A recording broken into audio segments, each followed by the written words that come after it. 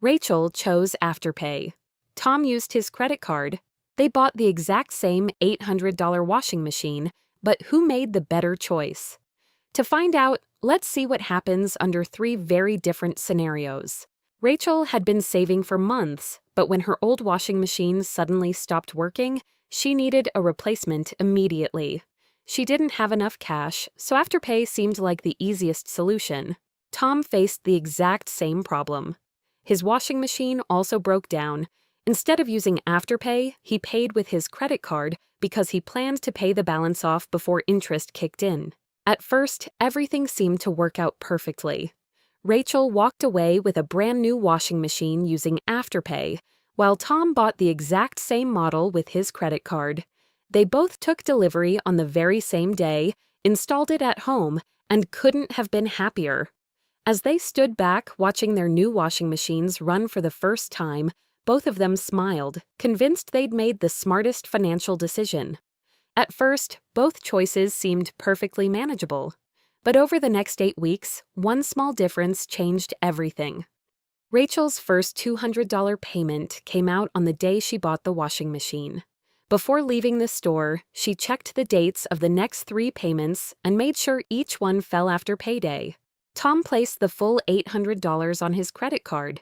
He was confident he could clear the balance before the payment deadline and avoid paying any interest.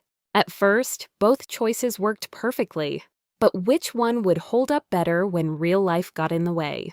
Now let's see what happens when an unexpected expense interrupts Tom's plan.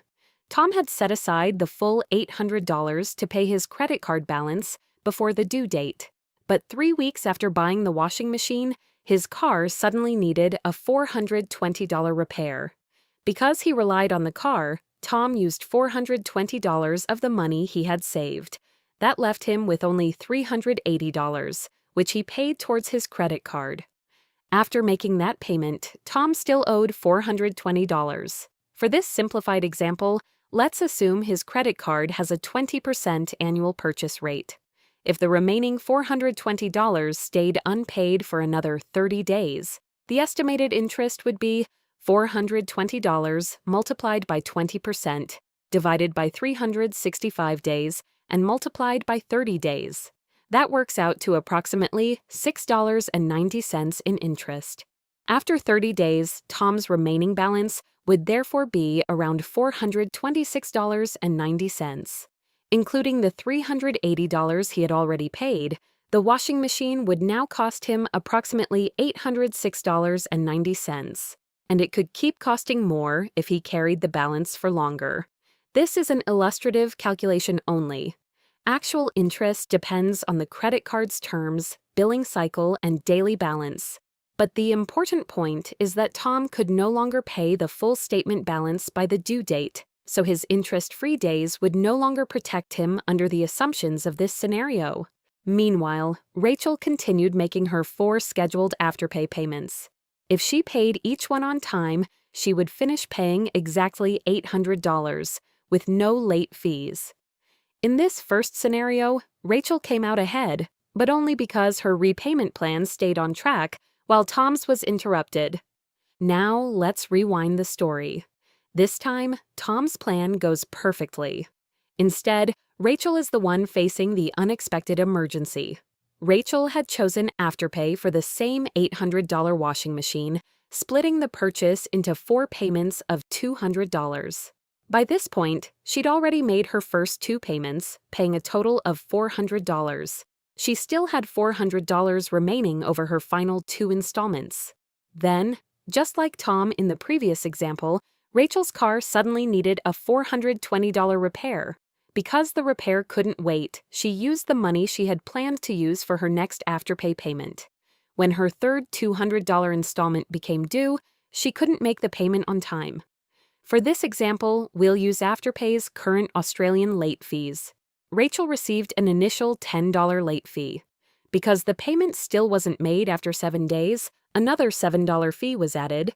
That meant Rachel paid an extra $17 in fees. Instead of paying $800 for her washing machine, her total cost increased to $817. Meanwhile, Tom's situation was completely different. His car never broke down in this version of the story, so he paid his full $800 credit card balance before the due date. Because he paid it in full, no interest was charged. In this scenario, the credit card ended up being the cheaper option. But notice something important.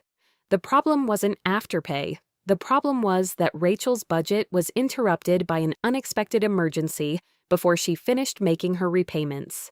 So now we've seen one situation where Afterpay came out ahead and another where the credit card came out ahead. But what if nothing went wrong at all? Let's rewind. Now let's look at one final scenario, where nothing unexpected happened at all. Rachel continued making her 4 scheduled Afterpay payments, one every 2 weeks. Each payment was made on time, exactly as she had planned. Tom followed through with his plan as well. When his credit card statement arrived, he paid the entire $800 balance before the due date. There were no surprise car repairs, no emergency bills, no missed repayments, no late fees, and no credit card interest. 6 weeks after buying the washing machine, Rachel had paid exactly $800.